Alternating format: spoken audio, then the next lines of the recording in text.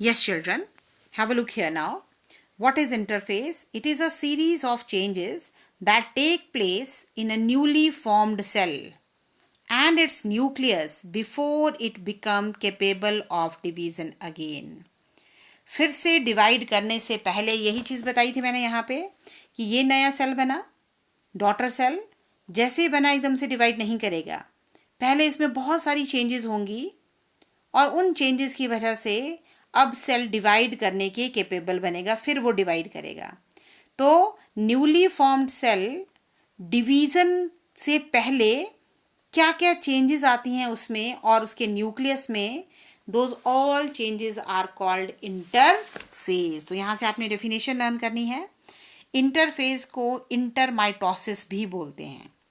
फिर लिखा है कि प्रीवियसली पहले जो साइंटिस्ट थे वो मानते थे वो इंटरफेज को रेस्टिंग फेज भी बोलते थे सेल की, but this statement is not correct.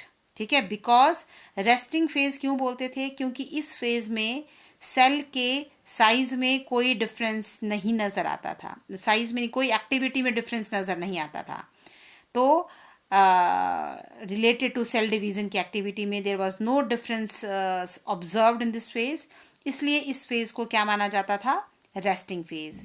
लेकिन जो इंटरफेज होती है it is metabolically quite active, लेकिन ऐसा नहीं है, ये स्टेटमेंट गलत थी। इंटरफेज जो है वो मेटाबॉलिकली बहुत एक्टिव होता है सेल, मतलब सेल में कई तरह के केमिकल रिएक्शंस हो रहे होते हैं। ठीक है, क्योंकि उसने अपने आप को डिवाइड करना है।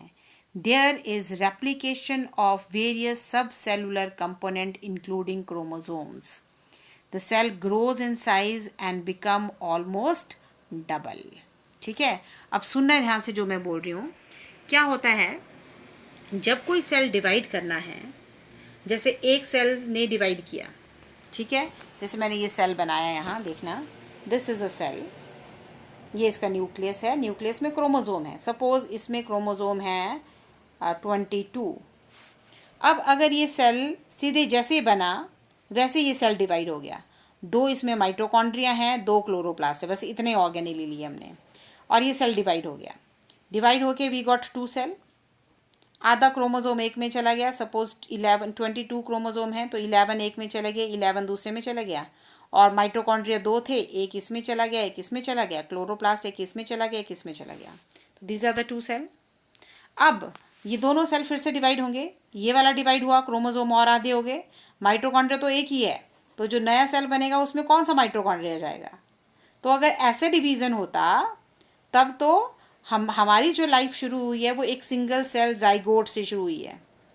तो जाइगोट जब डिवाइड करता जाता तो हमारे बॉडी में तो अब मिलियंस ऑफ सेल्स हैं, ट्रिलियंस ऑफ सेल्स हैं, तो क्या इतने सारे सेल सिर्फ एक सेल के डिवीज़न से बन पाते हैं? नहीं। तो इसका मतलब क्या है कि जैसे ही कोई सेल बनता है वो एकदम से डिवाइड नहीं करता, वो अपने आप को डिवाइड करने के कैपेबल बनाता है। और कैसे करता है, कैसे कैपेबल बनाता है उसको पता है। इस सेल को पता था ये वाला सेल है, इसमें 22 क्रोमोसोम है और 2 माइटोकॉन्ड्रिया, इसको पता है कि मुझे डिवाइड करना है। तो डिवाइड करने से पहले ये क्या करता है, अपने सेल में ज़्यादा प्रोटीन सिंथेसाइज करता है, और ज़्यादा प्रोटीन बनाएगा, कार्बोहाइड्रेट बनाएगा, लिपिड्स बनाएगा, और यही प्रोटीन, लिपिड, कार्बोहाइड्रेट वगैरह यूज़ होंगी टू मेक न्यू माइटोकॉन्ड्रिया। तो ये अपने माइटोकॉन्ड्रिया का नंबर 2 से 4 कर लेगा। ये सेम वैसा ही है जैसे 2 फैमिलीज़ इकट्ठे एक घर में रहती हैं, ठीक है, लेकिन अब वो फैमिलीज़ जो हैं they want to live in separate houses, लेकिन इस घर में फ्रिज एक ही है।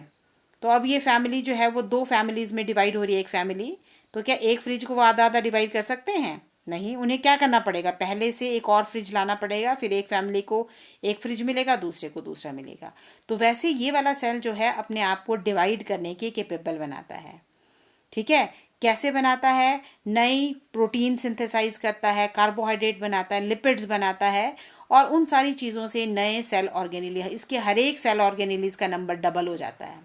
और एक और मेजर चेंज होता है, इसका जो क्रोमोसोम है, क्रोमोसोम किसका बने होते हैं? डीएनए के। तो इसके क्रोमोसोम में डीएनए का अमाउंट डबल हो जाता है, हर एक क्रोमोसोम में डबल अमाउंट ऑफ डीएनए हो जाता है।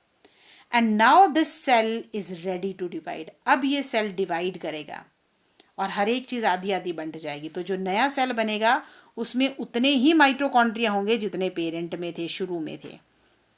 तो इसका मतलब इंटरफेज, ये थी इंटरफेज। तो क्या हुआ इंटरफेज में? इंटरफेज में सेल अपने आप को प्रिपेयर कर रहा था डिवाइड करने के, ताकि डिवाइड होने के बाद जो नए डॉटर सेल बने उनमें जो ऑर्गेनीलीज हैं या क्रोमोसोम का नंबर आधा ना हो, क्या हो जाए, इक्वल डिस्ट्रीब्यूशन हो। तो इन सारे इवेंट ऑफ चेंजेस को बोलते हैं इंटरफेज।